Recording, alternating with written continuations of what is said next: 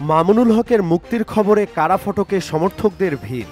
হেফাজতে ইসলামের সাবেক কেন্দ্রীয় যুগ্ম মহাসচিব মাওলানা মামুনুল হক গাজীপুরের কাশিমপুর হাই সিকিউরিটি কেন্দ্রীয় কারাগার থেকে জামিনে মুক্তির খবরে কারা ফটকে ভিড় করছেন তার সমর্থক ও নেতাকর্মীরা।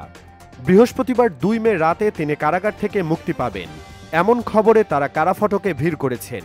বৃহস্পতিবার সন্ধ্যার পর থেকেই কাশিমপুর কেন্দ্রীয় কারাগারের সামনে ভিড় করতে শুরু করেন মামুনুল হকের সমর্থকেরা। তবে তিনি কাশিমপুর কারাগার থেকে বৃহস্পতিবার রাতে মুক্তি পাচ্ছেন কিনা তা নিশ্চিত হওয়া যায়নি।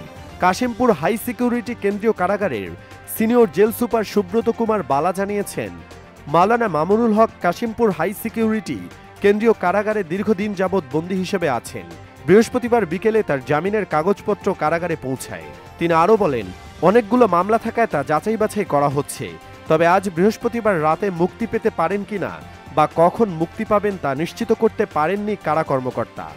প্রসঙ্গত ২০২১ সালের ৩ এপ্রিল নারায়ণগঞ্জের সোনারগাঁওয়ের রয়্যাল রিজোর্টে এক নারীর সঙ্গে হেফাজত নেতা মাওলানা মামুনুল হককে অবরুদ্ধ করেন স্থানীয় আওয়ামী লীগ নেতাকর্মীরা।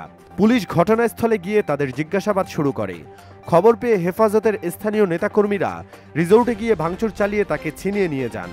ঘটনার পর থেকে ঢাকার মোহাম্মদপুরের জামিয়া রহমানিয়া আরাবিয়া মাদ্রাসায় অবস্থান করেন মামুনুল হক। ১৫ দিন পর ১৮ এপ্রিল ওই মাদ্রাসা থেকে মাওলানা মামুনুল হককে গ্রেফতার করে পুলিশ।